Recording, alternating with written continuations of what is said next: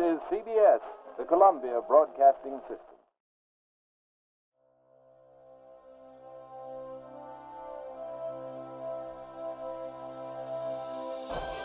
Tonight, a special edition of CBS Radio News, The United Nations in Action, a live-running series hosted by Larry LeSueur. Good evening, everyone. I'm Larry LeSueur, and you're listening to our final installment of CBS Radio News, The United Nations in Action. Tonight, the Third Committee had their final meeting where they voted on final proposals to the Human Rights Draft before they voted to officially pass the Human Rights Covenant. This monumental decision comes after various crises, including human war crime trials, refugees on the run, and more, continue to rage on. The Third Committee faced various trials and tribulations throughout this process, including rumors of sabotage and deceit, but ultimately came to a shocking yet powerful precedent-setting conclusion.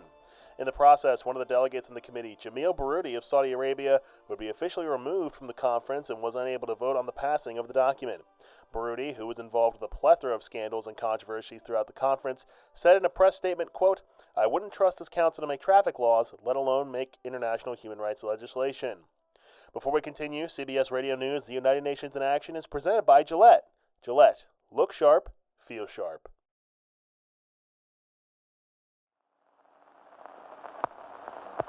Pee Wee Reese has a way with Dodger rookies or Sandlot youngsters. Pee Wee, you do a lot of work with boys. Not work, Al. I like baseball and kids. I enjoy helping teenagers start right. Oh, that's around shaving age. And you give them pointers on personal appearance, too? Yes, a boy has more self-respect when he's clean-shaved. I tell him to use a Gillette razor, Al. You said it. The Gillette Super Speed Razor. And today there are 3. Light for sensitive skin and most younger men. Regular for average skin and beard. Heavy for men who like the heft and feel of a heavier razor. Each is different, precisely engineered. One has the right blade edge exposure, edge angle, and weight to shave you in a breeze. Comfortable, good-looking shaves you may never have had before. And convenient. You change blades and rinse clean, so. Choose your Gillette Super Speed Razor. $1.29 with Gillette Blue Blade dispenser and handy travel case. Welcome back, everyone, to CBS Radio News, The United Nations in Action. I'm your host, Larry LeSueur, and tonight's coverage begins with a recap of the Third Committee's time in Paris at the Human Rights Conference. Delegates showed up initially excited to see what the conference had in store. However, it became very clear early on that there were going to be some hurdles for the UN. Rumors came out very early on indicating potential sabotage, suggesting Jamil Baroudi of Saudi Arabia would look to remove the USSR's voting power from the conference. The initial drama came and went, but clashing ideologies would surface in later sessions, especially when Baroudi proposed to remove freedom of religious conversion from individuals of the draft. Lively, passionate debates ensued over the various proposals that eventually would lead to the final, revised covenant the UN officially voted in. Early on, a vote was held to change the draft to a covenant. However, the vote would have to be redone after an alleged translation error led to the vote not being properly executed. Baroudi would go on to say that, quote, "The translation error was actually delegates not reading and or disregarding communications from home governments." However, to the skepticism of some delegates, the draft would later be confirmed by vote to be a covenant. As the conference continued, more proposals were submitted, more speeches were given, and more rumors arose from Paris. A variety of speakers spoke passionately about the evils of fascism, the importance of women's rights, the desire for rights of minorities, and so on. Even people outside of the conference would not go unheard, with members of the protest group, the PACP, having a leader of theirs come to speak to CBS News. Proposals were submitted left and right by the various delegates, with many proposals coming with many heated debates over the topics at hand. After these debates, the proposals would be officially voted on. Speaking of proposals, the Third Committee would endure a flood of proposals from Jamil Baroudi with suspicion that Baroudi was trying to sabotage the operation of the conference. The vast majority of Baroudi's proposals would be rejected, with one involving anti-colonialist wording being passed. Many of Baroudi's proposals would only receive one vote in favor, that vote coming from Baroudi himself. On the final day, after more proposals were debated, there were 2 major decisions left. Obviously, there was the decision as to whether to keep the human rights draft a covenant. However, the other major concern was the final day when they decided to remove Jamil Baroudi. Baroudi, the man who dominated headlines and seemed woven into the majority of the controversies, would officially see himself escorted from the affairs with any voting and speaking powers he had removed. After the controversial exit, the Third Committee then voted to pass the Human Rights Covenant. When we come back, Jamil Baroudi, delegate of the UN of Saudi Arabia, spoke on his removal and the conference as a whole. We will discuss his press statement and comments in just a moment, right here on CBS Radio News, the United Nations in action. Look sharp, feel sharp, be sharp and listen, mister. How are you fixed for blades? Do you have plenty? How are you fixed for blades? You better check. Please make sure you have enough, 'cause a worn out blade makes shaving mighty tough. How are you fixed for blades? Better look. Gillette Blue Blades, I mean. Welcome back, everyone, to our final installment of CBS Radio News, the United Nations in action. In the last session of the conference, Saudi Arabian delegate Jamil Baroudi was officially removed from the conference. Baroudi found himself in the middle of multiple controversies throughout the meeting of the Third Committee, including a potential ploy to remove the USSR from the conference, a fake news scandal, and so on. In the final meetings of the conference, Baroudi bombarded the Third Committee with many proposals, with most of them being rejected upon voting. Before the conference's vote on the final proposals, one key vote was conducted, seeing Baroudi removed. While some did not agree with the decision to remove him, the majority of the delegates ultimately decided to see Baroudi gone from the conference hall. Afterwards, the committee would vote on the final proposals before officially voting to pass the Human Rights Covenant. In a statement to the press, Baroudi said, quote, "While I deeply disagree with the decision to remove me from the proceedings, I am shocked that it didn't occur sooner. The hesitation of this convention to police its own proceedings should raise concerns by those affected by this covenant that forces the delegates' naive agendas on the nations incapable of defending their own sovereignty." Baroudi continued saying, quote, "Do you think the powers of Europe will allow the nations that are released by the colonial article that I fought hard to include to gain independence without signing this document?" Baroudi then issued a constructed insult saying, quote, "I wouldn't trust this council to make traffic laws, let alone make international human rights legislation."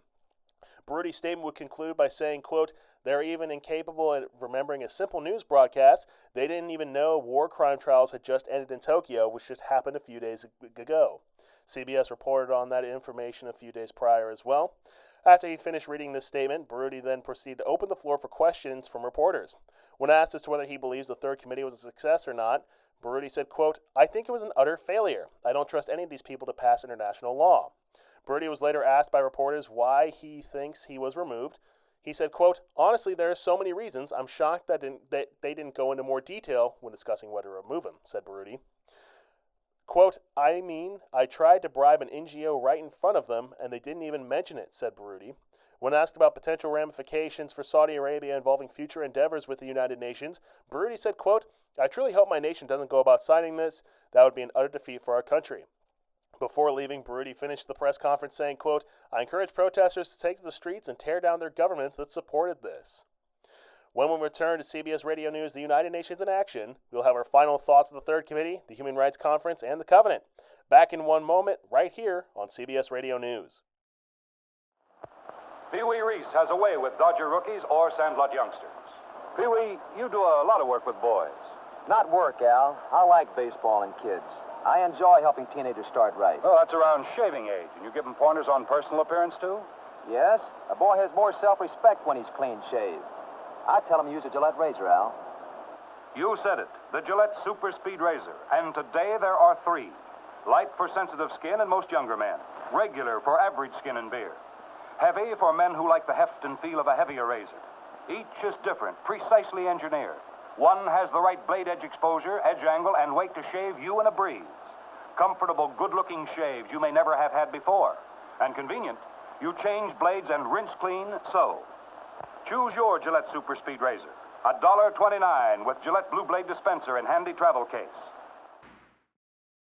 Welcome back, everyone, to our final installment of CBS Radio News, the United Nations in action. I'm your host, Larry Lasser, and the Third Committee at the Human Rights Conference officially voted to pass the Human Rights Covenant.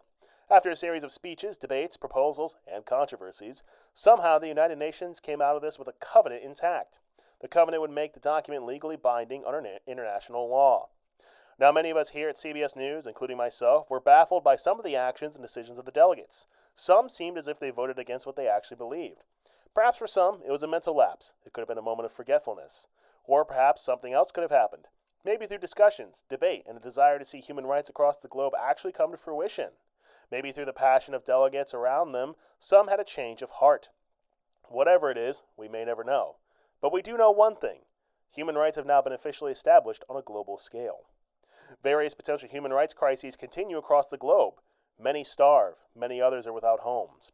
Refugees roam the roads looking to find somewhere to call home, perhaps reminiscing on the homes they had before the work of abstract ideologies led to the physical marching of boots on concrete. Minorities and women continue to fight for rights across the various lands. Religious conflicts see people killed to this day. And what we owe to each other, what we are owed to ourselves, and what it means to be human are conversations that are far from over. This world may have seen the defeat of fascism, but that was not the end of human rights violations. It was only the beginning of its modern dialogue. Establishing this human rights covenant is not the end of human rights violations. It is only the beginning of a global framework in which we potentially model a new world. For the United Nations and the people the UN represents, the real work begins now. That's going to do it for CBS Radio News, the United Nations in Action. For CBS Radio News, I'm Larry Lasser. Good night, everybody.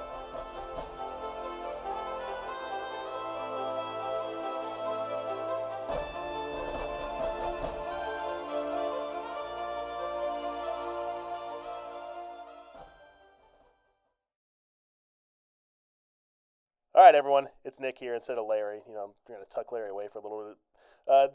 This assignment was a lot of fun for me. It was really creative, and it was honestly one of the best and most fun assignments I've ever had in college, just ever.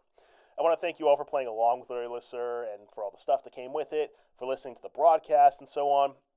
You were all really easy to work with and made this role for me something that was really special and way more fun than I could have ever imagined.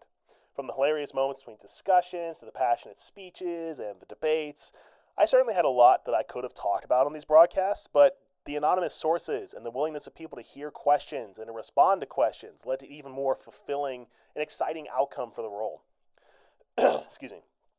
The role of Larry Lasser could have been decent enough on its own. Like, if I could have just done like the broadcast at the end of class, and that would have been fine. But I really wanted to take a gamble on it. I really wanted to do something more. So instead of doing the in-class broadcast, I decided to do these fake radio broadcasts, put them on YouTube and whatnot for the sake of fun and immersion. And, early on I was worried that this wasn't going to work, but you all seemed to really, enjoy it, and you really helped me make it work. The positive feedback, the willingness to engage in questions, accommodating for my, take on the role, including the voice recordings, the delay in the broadcasts, as to when you'd actually receive them and so on. You were all very kind and accommodating for that, and I really do appreciate it. And I will say that this role would not have been nearly as fun had it not been for you all. At the end of the day, journalists report on people. If there's no people, then there's nothing to report. And at the end of the day, you all brought this to life and made it the special assignment that I grew to love. So from the bottom of my heart, once again, thank you for everything. I really appreciate it. Now, for one last time, this is CBS Radio News, hosted by Larry Lasser and sponsored by Gillette. Gillette, look sharp, feel sharp. Thanks, everybody. Look sharp, feel sharp, be sharp and listen, mister, how you fix your blades.